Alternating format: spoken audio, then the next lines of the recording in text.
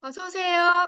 어제 오늘은 조금 추웠습니다만 지금부터는 따뜻하게 녹여줄 북트레이닝과 함께 하겠습니다. 2월에 우리 모두 기다리던 유기농 곡물 효소 신제품이 출시됩니다. 잠깐, 아직 줌 미팅 못 들어오신 파트너분들 계신가요? 개인톡으로 링크 보내서 함께 합시다. 병든 몸을 회복시켜주는 효소 건강법 책 강의해 주실 딱 좋은 강사님 모셨습니다. 나오시면 두 손 흔들어 환영해 주세요. 김현지 강사님 나와 주세요. 환영합니다. 네, 반갑습니다. 오늘 효소 건강법 강의를 맡은 강사 김현지입니다. 지금부터 강의를 시작해 보겠습니다. 병든 몸을 회복시켜주는 효소 건강법 4페이지를 펴보시면 좋을 것 같습니다. 4페이지에 효소로 병든 몸을 회복하고 건강을 되찾자에 밑에서 네 번째 문장이 보시게 되면 효소에 대해 궁금한 점을 물어오는 많은 분들에게 효소에 대한 정보를 나눠드리며 건강이야말로 현대인들에게 가장 민감한 하두이자 올바른 정보를 전달하는 일이 얼마나 중요한지 새삼 깨닫게 되었습니다. 5페이지, 어, 현대인의 건강할 때 지켜야 한다. 위에서 네 번째 문장이 보시게 되면 생활습관병, 난치병, 시민성 질병, 결혼사, 암, 스트레스 등 다양한 현대 질병에 괴롭힘을 당하고 자고 일어나면 누가 무슨 병에 걸렸다, 무슨 병원에 입원했다는 소식이 들려오는데 누가 아프다는 말만 들어도 가슴이 철컥할 수밖에 없습니다. 예전에는 제가 이사를 하기 전에는 이런 아프신 분들을 많이 만나본 적이 없는 것 같습니다. 그런데 시간이 지나고 이사를 하다 보니, 건강에 관심을 갖다 보니, 주위에 아프신 분들이 너무너무 많은 것을 만나게 됩니다. 여기 이 5장의 밑에서 네 번째 보시게 되면, 신문, 잡지, 방송 모두가 앞다투어 건강 관련 정보를 보다 심혈을 기울이고 있습니다. 매개체에서 제공하는 건강 정보들이 과연 100% 믿을 만한 것일까요? 6페이지 보시게 되시면 당신의 건강에 대해 얼마나 알고 있는가? 첫 번째 문장에 우리의 옛말 중에 아는 만큼 보인다는 말이 있습니다. 그런 말 들어보셨죠? 밑에서 일곱 번째 한 예로 대표적인 건강 상식 두 가지를 살펴봅시다. 우리는 우유를 많이 마시면 부족한 칼슘을 보충할 수 있다고 배웠습니다. 그런데 놀랍게도 매일같이 우유를 마시는 미국인들은 상당수가 골다공 환자입니다. 또한 녹차 카테킨이라는 항산화 성분도 몸에 좋다고 알려져 있습니다. 그런데 녹차를 자주 마시는 일본 사람들의 경우 대부분의 이장이 좋지 않다라고 합니다. 8페이지를 보시겠습니다. 8페이지의 두 번째 문장에 효소는 우리 몸의 건강 유지를 위해 반드시 필요한 생명 물질입니다. 이 쓰이는 촉매체. 촉매체가 부족하면 어떻게 될까요? 어, 다섯 번째 문장에 보시면 세포의 재생이 불가능해지고 면역력이 떨어지고 영양분의 소화와 흡수도 타격을 입을 수밖에 없습니다. 밑에서 일곱 번째 문장을 보시게 되면 나아가 효소는 각종 오염으로 망가진 우리 몸의 생명 에너지를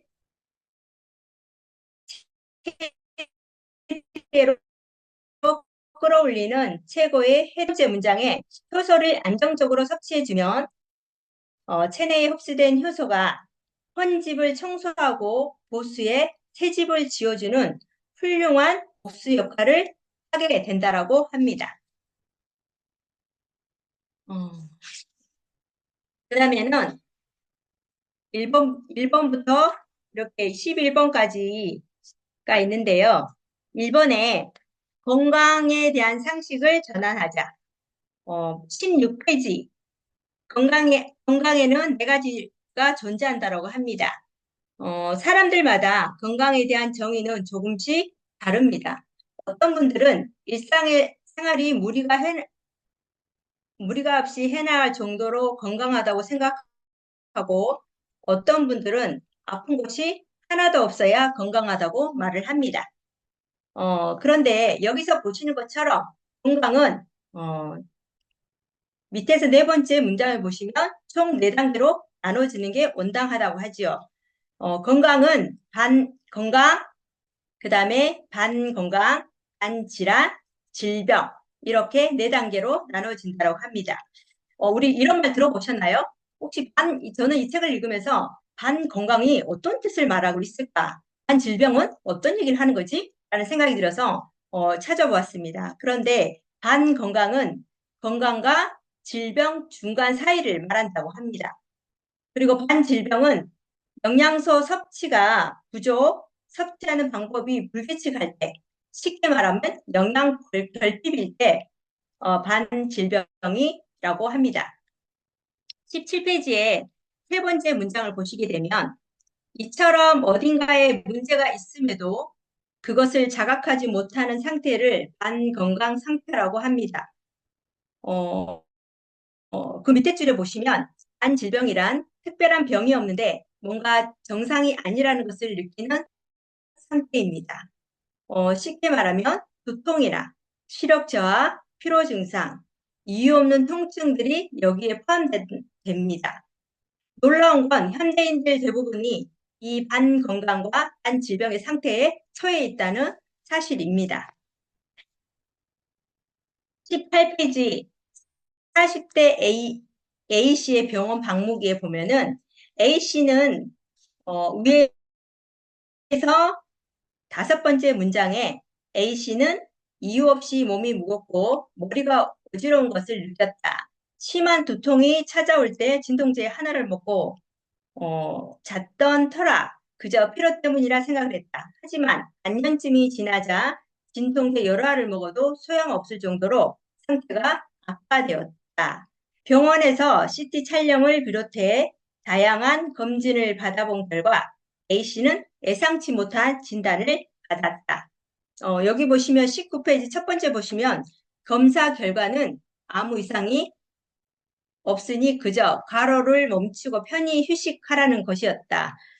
이 이야기를 보면서 저도 제가 유산을 만나기 전에 그 편두통이 굉장히 심해서 편두통 약이 없으면 불안해서 할 수가 없었던 것 같아요. 굉장히 20대부터 40대 후반까지 굉장히 몇십 년 동안, 오랜 시간 동안 편두통이 한번 오게 되면 이렇게 토하고 변기통에 가서 토할 정도로 심하게 왔기 때문에 그 편두통 약이 진통제가 저희 몸에 없으면 굉장히 불안한 상태로 제가 지내왔던 그런 시절이 있었던 것 같습니다. 그런데 유산화를 만나고 지금까지 제가 진통제를 하나둘 먹지 않고 있어요. 정말 신기하지 않나요? 19페이지에 보면 세 번째 문장에 A씨가 병원에 방문해서 얻은 것은 맥봉제 알약뿐이었다고 합니다. 그리고 밑에 보시면 반건강, 질병 상태가 막연하게 된 것에는 오늘날 우리가 살고 있는 주변 환경에 영향이 큽니다. 밑에서 네 번째 줄에 보면 이 상태가 오래 유지가 되며 결국 이거는 큰 병으로 발전하게 된다고 합니다. 그러기 전에 우리는 미리 예방하고 늘 건강한 상태의 몸을 유지하는데요. 그만큼 노력이 필요하겠죠? 자, 20페이지 병원은 우리 건강을 책임져 주지 않는다. 이 또한 이해가 되는 내용이죠. 그죠? 많은 정보가 없기 때문에 우리는 병원이나 의사 말을 믿을 수밖에 없는 거죠. 밑에서 세 번째 문장을 보시게 되면 병원에서는 당뇨에 대해서 인슐린 투여를 하고요. 그 다음에 고혈압에는 혈압약을 복용하라고 처방해 주는 게 전부입니다. 하물며 암 치료는 어떻습니까? 21페이지 첫 번째 문장에 보시면 암 치료는 환자로 하여금 체념과 탈진을 일으키는 무리한 치료 방법 때문에 암은 암 자체보다 기력을 잃어서 죽는다는 말을 만들어낼 정도이죠. 이런 말 들어보셨나요? 암에 걸리면 암 때문에 사망하는 것이 아니라 결국은 먹지 못해서 사망을 한다는 얘기를 들어보셨죠? 이렇듯이 병원약도 부작용이 굉장히 많이 따릅니다.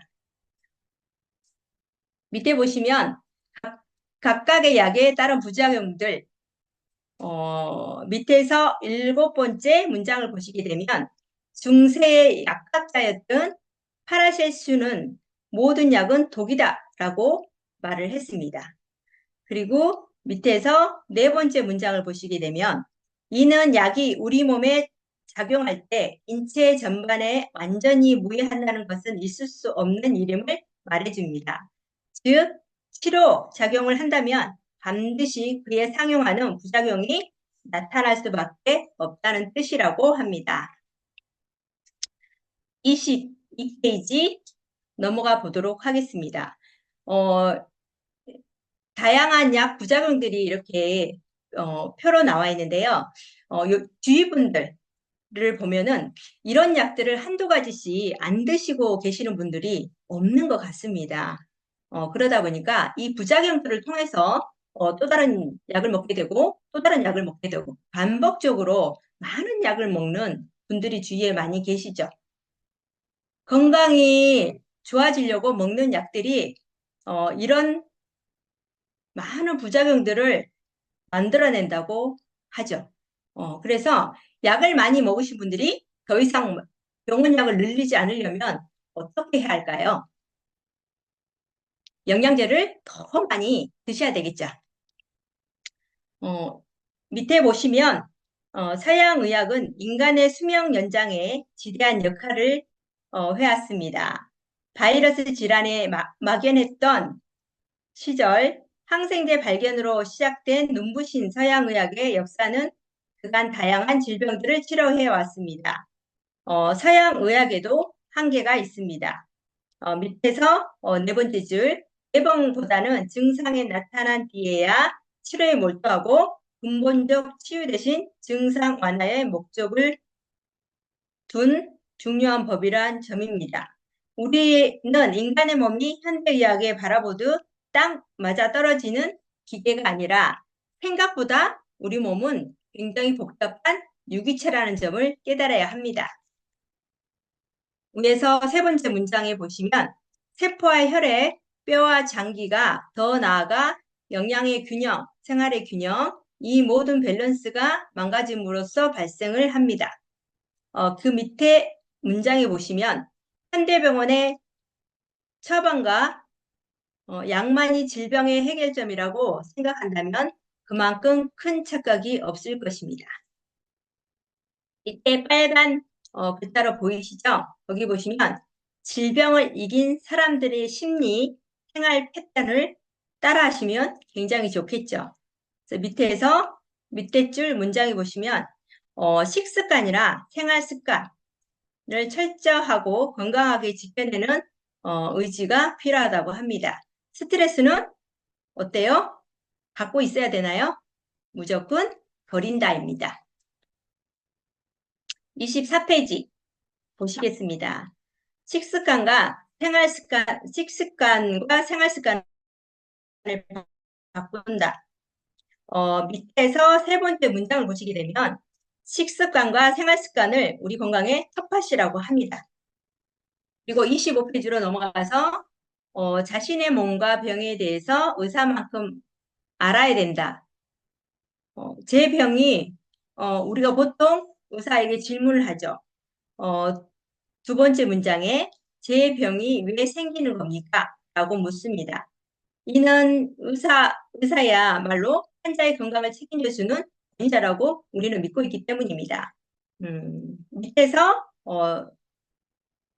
5번째 문장을 보게 되시면 결국 자신의 질병이 어디서 생겼는지 자신의 습관과 특수성을 돌아보고 질병을 개선시키기 위해 어떤 노력을 해야 할지를 숙고하고 실천하는 사람만이 질병을 이길 수 있다는 뜻입니다. 두 번째로 넘어가겠습니다. 평생 건강을 중시하는 대체의학의 세계.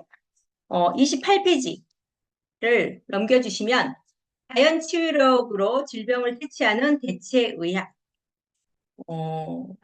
위에서 네 번째 문장을 보시게 되면 반건강, 반질병 상태는 정신적 긴장감, 운동 부족, 영양 불균형, 음식물 과잉 섭취, 흡연 등 다양한 유해 요소들이 발생합니다. 밑에서 네 번째 문장을 보시게 되면 생활 습관과 식생활을 개선하는 예방의학으로 새롭게 바꿔야 한다고 합니다. 30페이지 보시겠습니다. 자연 치유력과 질병. 첫 번째 문장에 요즘 들어 면역력이 중요하다는 말은 많이 들어보셨을 것입니다. 면역력이란 체내에서 이상이 감지되었을 때 이를 스스로 치유하기 위해 작동하는 자연 치유의 시스템이라 말합니다. 여섯 번째 문장을 보시게 되면 암의 경우 면역력이 극도로 떨어진 상태에서 발생한다고 합니다. 건강한 사람의 경우 하루에 100만 개 이상의 암세포가 형성이 되지만 면역 시스템이 튼튼하면 이를 방어해 암이 발생하지 못하게 됩니다. 면역력이 굉장히 중요하죠. 모든 질병은 면역력이 약해져서 온다라는 얘기를 들어보셨죠? 면역력이 높으면 감기라든지 어떠한 질병도 내 몸에 오지 않는다고 합니다. 31페이지 보시겠습니다. 내가 먹는 것이 바로 나다. 첫 번째 문장을 보시게 되면 바로 우리가 먹는 것이 음식물 식습관입니다. 세 번째 문장에 암 연구 권위자인 엘리엄 리진스키 박사는 암은 30년에서 40년 전에 먹은 음식들이 원인이라고 말한 바 있습니다. 피아보 에올루라 박사도 현대의학의 영양균형에 대해 만일 오늘 의사가 내일이 영양학자로 되지 않는다면 오늘의 영양학자가 내일의 의사가 될 것이다 라고 했습니다.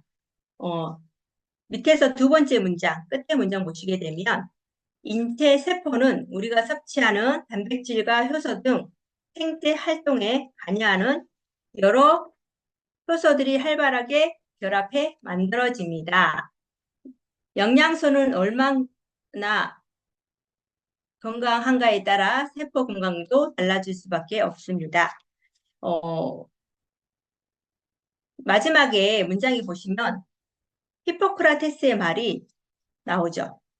음식으로 고치지 못하는 병은 의사도 고치지 못한다.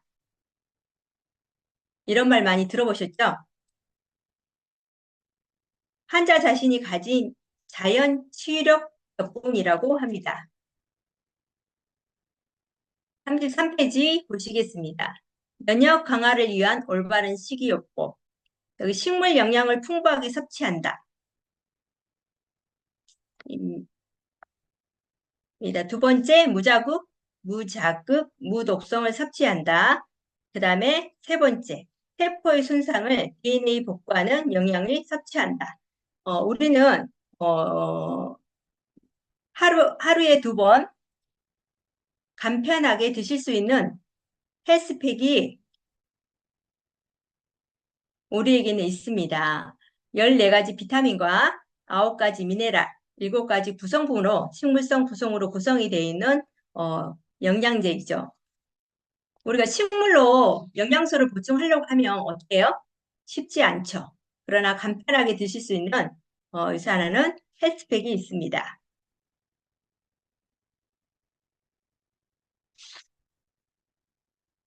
자, 세 번째, 면역력이 약해지면 질병에 걸린다. 입니다. 36페이지를 보실게요. 질병은 면역력의 저하로 발생을 한다. 다섯 번째 문장을 보시게 되면 강한 면역력을 길러가는데 반드시 필요한 요소. 깨끗한 먹거리의 환경입니다. 라고 나와 있습니다. 그리고 밑에서 두 번째, 살아가는 우리의 먹거리와 환경에는 결코 건강하지 않습니다. 농약물 병충해로 막기 위한 무분별한 농약 사용, 상품 가치를 높이기 위한 식품 첨가물 범람, 농작물의 비정상적인 성장을 위한 화학 비료, 성장 촉진제 사용, 공업화, 산업화로 인한 수질과 대기 오염, 시간이 흐를수록 건강은커녕 수많은 독소만 쌓이게 됩니다. 밑에서 5번째 문장을 보시게 되면 암 환자의 체력과 면역을 저하시켜 죽음으로 몰고 간다는 학설도 있습니다. 항암제가 암세포를 공격할 때 정상세포도 타격을 입게 되는데 면역 기능과 재성 능력이 저하된 상태에서 항암 치료가 반복이 될 경우 인체가 돌이킬 수 없는 손상을 입게 된다고 합니다. 39페이지 보도록 하겠습니다. 질병은 면역력을 회복하며 치유된다. 두 번째 문장을 보시게 되면 어떤 사람은 감기에 잘 걸리고 또 어떤 사람은 걸리지 않는 것도 면역력의 차이입니다. 5번째 줄에 보시면 인체의 면역 시스템이 튼튼한 균형을 이루면 질병이 생겨날 수 없다라고 합니다. 밑에서 5번째 문장을 보시게 되면 동맥경화, 심혈관 질환, 당뇨병 등에서 특정한 발병 원인이 있습니다. 고지방 식품 섭취, 운동 부족, 스트레스 등등 이러한 것들이 우리 면역력을 떨어뜨리고 있죠. 41페이지 보시겠습니다. 면역력의 중심, 장의 건강이 중요하다. 위에서 7번째 문장에 보시면 장이 나빠 배설물이 좋지 않으면 다른 소화기관에 문제가 있거나 그 밑에 문장에 보시면 다른 소화기관이 나빠 다른 소화기관이 나빠서 장이 좋지 않을 것일 수도 있습니다. 42페이지 첫 번째 문장을 보시면 음식물은 장이라는 소화기관을 거쳐 에너지로 변화되면서 우리 몸 구석구석에 전달됩니다. 9번째 문장에 췌장은 면역력 체계 90% 이상을 담당하는 장기입니다. 그리고 밑에서 5번째 문장을 보면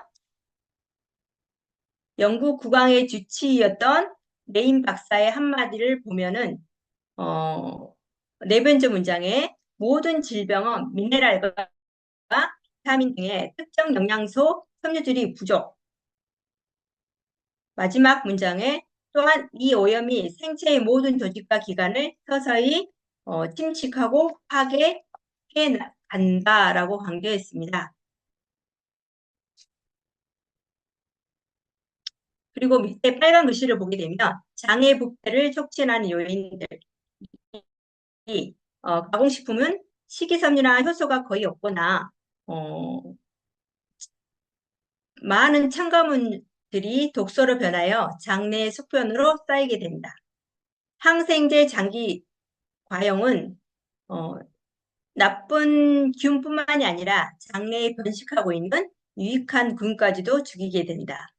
나쁜 균의 내성이 생겨 강해짐으로써 장내 환경을 악화시키고 면역력을 급격하게 떨어뜨린다. 44페이지 보면 질 나쁜 기름은 장내 부패를 촉진시키고요. 고단백, 고지방 식품은 장내 부패의 원인이 되고요. 그 다음에 술과 커피는 배설기관에 이상을 가져온다고 합니다. 담배는 산화물질로 노화를 일으킬 뿐만 아니라 장에서도 나쁜 영향을 미친다고 합니다. 4번째를 보시겠습니다. 면역력을 강화하려면 효소를 알아야 됩니다. 식습관과 효소의 관계성은 첫 번째 문장을 보시면 장은 나쁜 세균을 배출하고 좋은 균을 배양해 독소를 제거하는 역할을 함으로써 우리 몸의 정화를 합니다.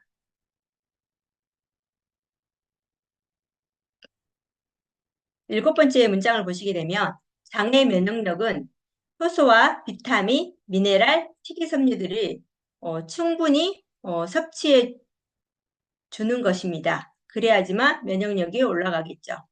47페이지 보시게 되면 특히 장의 건강에는 효소가 중요한데 불과 10년 전만 해도 비타민과 미네랄 등에 비해 잘 알려지지 않는 영양소였으나 어, 질병 치유에 중요한 요소로 인정받기 시작을 했습니다. 그리고 다섯 번째 문장에 효소가 우리 몸 생명을 유지하는 데 중요한 촉매임을 밝혀졌기 때문입니다. 마지막 문장에 보시면 효소란 생명에 직접적인 영향을 미칠까? 48페이지 보도록 하겠습니다. 효소란 무엇인가?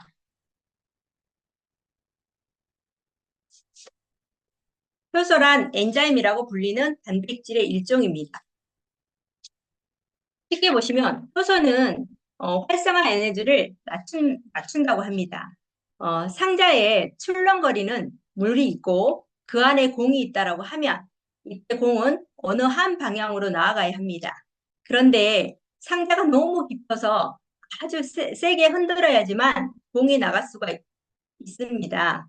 이때 효소는 상자의 높이를 낮추어주며 공이 한 방향으로 가게 해주는 역할을 하죠.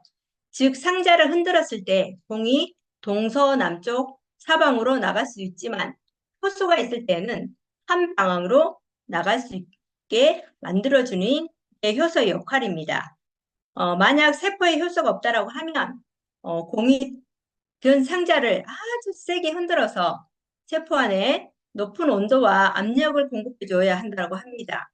물론 이렇게 되면 세포에서 정상적인 반응이 진행될 수 없기 때문에 효소가 꼭 필요하다고 합니다. 세포가 안전하게 대사하기 위해서는 효소가 반드시 필요하다고 합니다. PPT를 공유하고 또 설명을 드리도록 하겠습니다.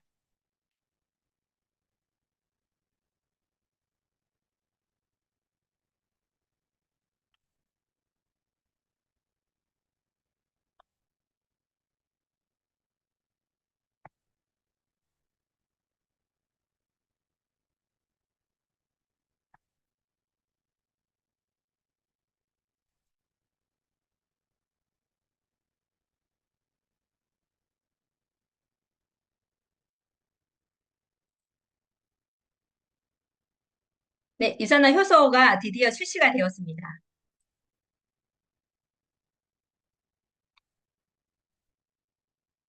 효소란 과거에는 단순히 혈관의 어떤 물질로 인식이 되어 있는데요. 어, 현재로는 생체 내 화학 반응을 매개하는 단백질, 체내에서 소화 면역 등 각종 생체 활성을 일으키는 단백질이라고 합니다.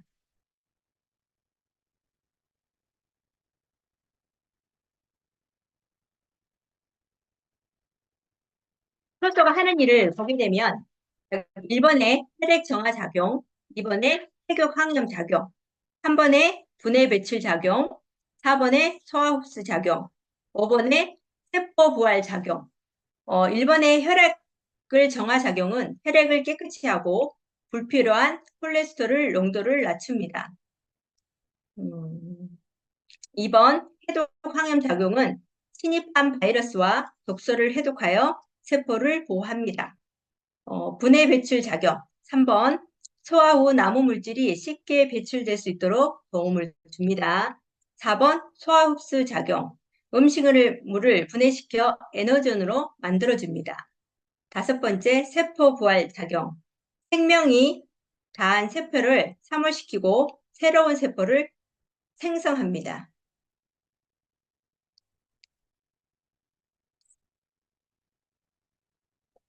효소가 보충하는 방법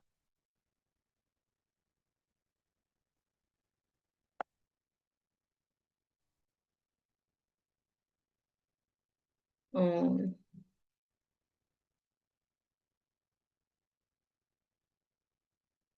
우리는 태어나면서부터 그 효소를 체내 효소를 가지고 태어난다라고 합니다.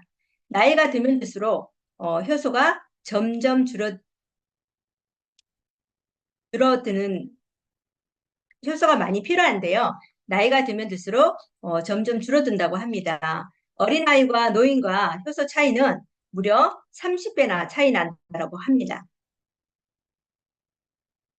효소는 우리 몸에 필요한 중요한 성분이죠. 어, 유산화 곡물 효소가 출시가 이제 되었는데요.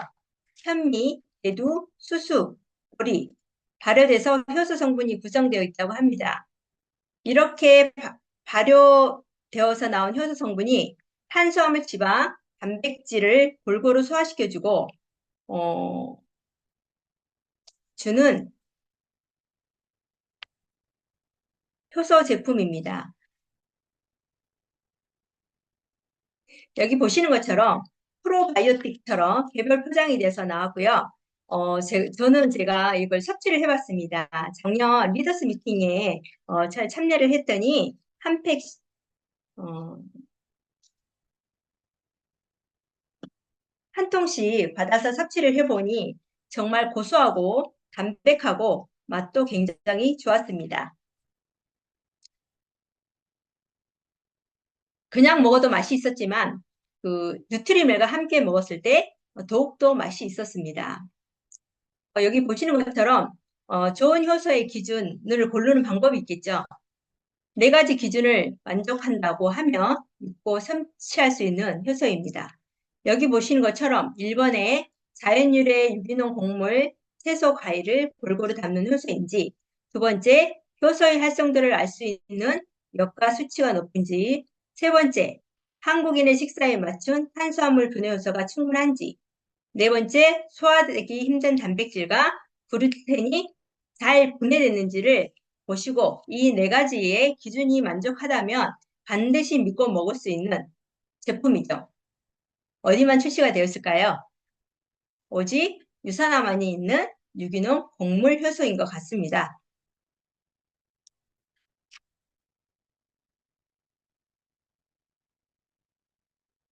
화면을 종료하고 53페이지를 보시겠습니다. 효소는 평생 정해진 양만 분비가 된다. 효소에는 또 다른 하나의 비밀이 있다고 합니다. 태어날 때부터 일정량이 저장되어 평생 동안 조금씩 분비된다는 점입니다. 이렇게 빨간 글씨에 세 번째 문단을 보시면 수명은 이 잠재 효소가 얼마나 빨리 고갈되는가를 결정된다고 합니다. 노화가 촉진되어 생명도 줄어든다는 것이죠. 맨 마지막 문단이 보시면 잘못된 조리, 식습관과 생활 습관이 효소를 고갈시키고 있다는 점입니다. 첫 번째는 회식입니다. 회식에는 이렇게 음식물들이 효소가 없기 때문에 많은 효소들이 일을 하겠죠. 그래서 효소를 꺼내서 많은 양을 쓰기 때문에 많은 낭비를 하게 되죠. 그러면 어떨까요? 효소가 빨리 고갈이 되겠죠. 두 번째 가식도 마찬가지입니다. 음식물을 소화내는데 많은 노동이 필요하죠. 소화를 하기 위해서 효소가 하는 일들이 굉장히 많이 있습니다. 그러다 보니 우리는 태어나면서부터 갖고 있는 효소가 많이 꺼내 쓰게 되면 어떻게 될까요? 많이 부족하게 되겠죠.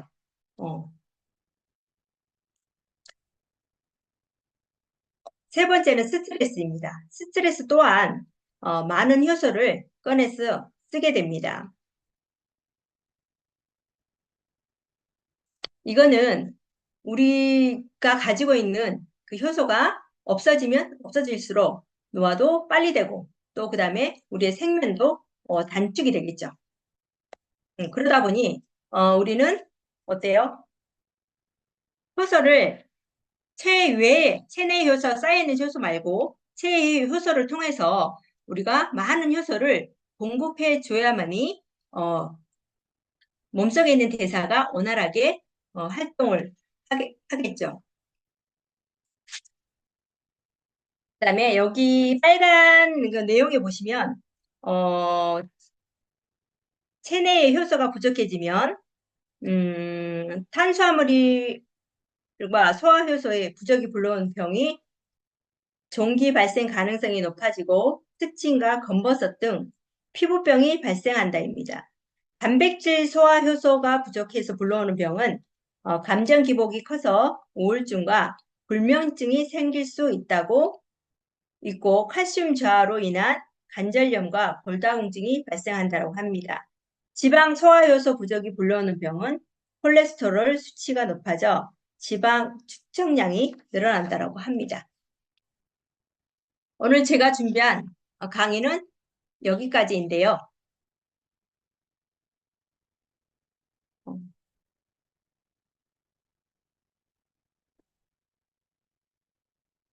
며칠 기다리시면 누구나 맛볼 수 있는 어, 효소, 드디어 유산에서 출시가 되었죠. 구매하셔서 섭취해 보시고 많은 분들에게도 전달하시면 건강과 여기 계신 리더님들의 사업에 많은 도움이 되고 좋을 것 같습니다. 효소 제품 드시고 더욱 건강해지시고 아름다워지셔서 다음 주에 이 자리에서 다시 뵙도록 하겠습니다. 감사합니다. 모두의 관심 속에 효소 관광법 첫 시간 강의에 애써주신 김현지 강사님께 큰 박수 부탁드립니다. 네, 오늘 또 유산화를 만난 우리는 참 복 받았구나 하는 생각이 다시 듭니다. 오늘 강의로 많은 도움 받았고, 다음 주를 기대하며 모두 행복한 밤 되세요. 이것으로 북 트레이닝은 종료하겠습니다.